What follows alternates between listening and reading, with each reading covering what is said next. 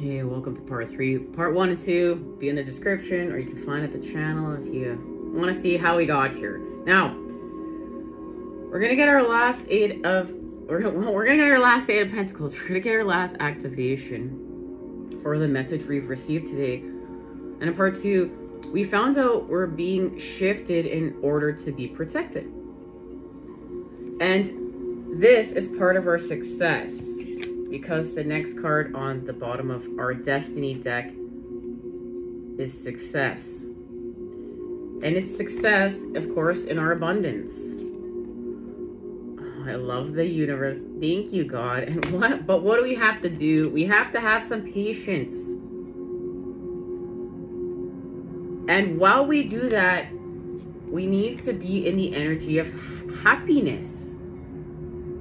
That's part of how we are co-creating what's happening in this Eight of Pentacles. And it's also connected to wonder. Guys, we have to wonder. We have to wonder. Okay, we have to wonder.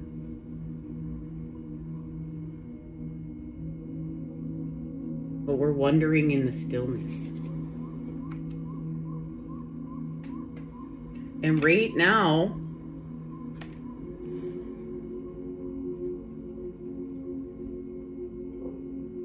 that's our freedom.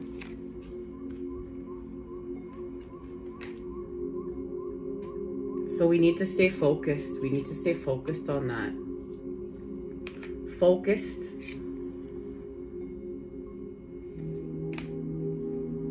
And diligence.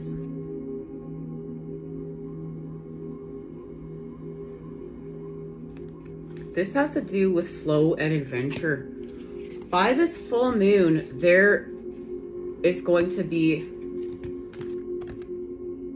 travel, opportunity for travel. We're going to be having our full moon readings, and there's an opportunity for travel. Okay? This is being highlighted. Now let's see what's being activated here. Guys, the reason why there's a third part to this is because I thought I was just going to go and grab the Sacred Geometry Oracle Dex book in order to share the message, and it's missing. So there's a reason why, and we'll find out next time we meet up. But remember, this has to do with our resurrection from Scorpio season to Sagittarius and our evolution.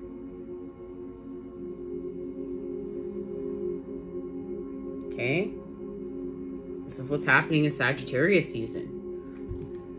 This is our activation for the growth, what we're growing, what we're co-creating, and we know that it has to do with stability. That's why we're being moved. That's why there's an interference with the cosmos, because we're being moved in order to be protected. And we know we're going to have an achievement. We're going to have an achievement with the earth, through the earth, and it's connected to our passions. And our passions are directly connected to our ambition. And the activation of our authentic self with Freya. Freya is the black goddess of Aquarius. And look, she's found her place in the animal kingdom. And we've been talking about this in part 1 and 2. We're finding our place in the animal kingdom. This is the jungle. Don't get fooled, baby. Okay? And this has to do with our responsibility to come together and unite. And remember, we're going to change direction. This has to do with spinning the wheel. We're changing direction. And that's why we're having an interference and we're being moved in order to be protected. But that's because we're going to hit our mark and hit our aim. And look at that, guys. Like, here it is. The next card out is Isis, the red goddess of Leo. And what are we doing? We're finding strength in order to be moved, in order to have an ending, to have a beginning, in order to pay off our karmic debts, to let karma play out, and to have an ending to begin again. And we are literally, like, even looking at this, officially being moved. We're being moved in order to be protected. So what is being activated here? And our happiness, I just want to say this because I'm feeling called to. Our happiness is connected to creating love from fear here in the Two of Cups. And we know we're meeting up in the Six of Cups, where we go from lust to joy. And that's understanding happiness. Remember, we talked about in part 2 how what happiness is. Sometimes happiness is going without pleasure seeking. And that takes maturity in order to understand that. It takes maturity to go without in order to create true happiness. That's the restoration of balance. We're not in gluttony.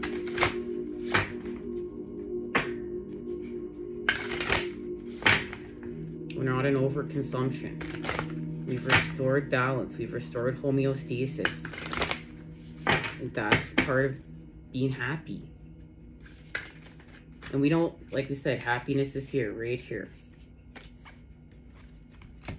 And this is understanding how to use energy properly.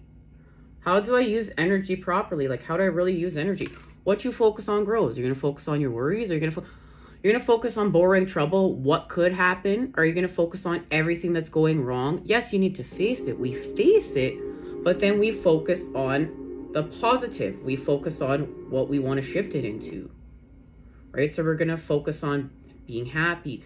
We're going to focus on what can work out. We're going to focus on where we want to go, where we want to be. We're going to literally embody the solution and become it. And we're going to be in the energy of what we're creating.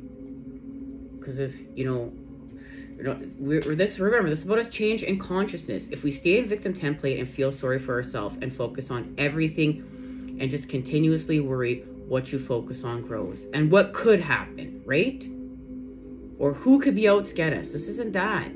This is working with God. This is shifting with God. This is shifting with your authenticity and knowing when you're authentic that you're protected.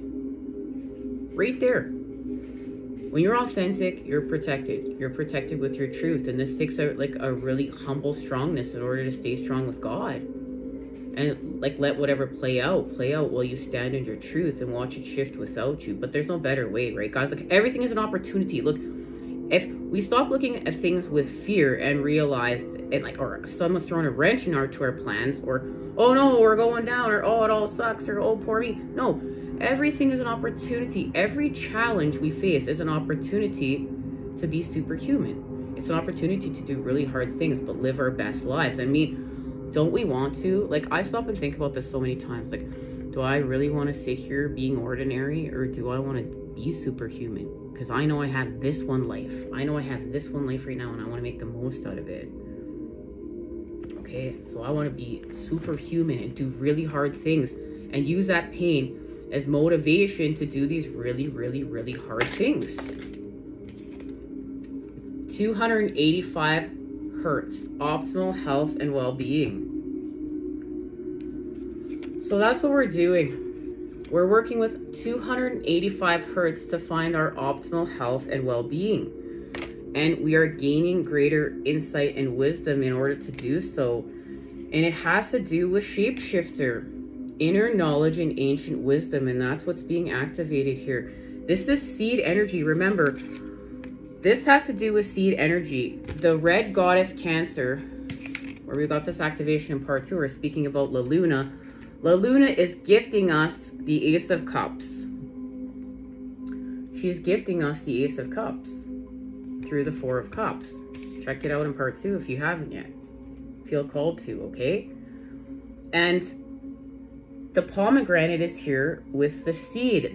Their seed energy is here, as well as purification being honored. Shapeshifter, inner knowledge and ancient wisdom. And within here is the seed.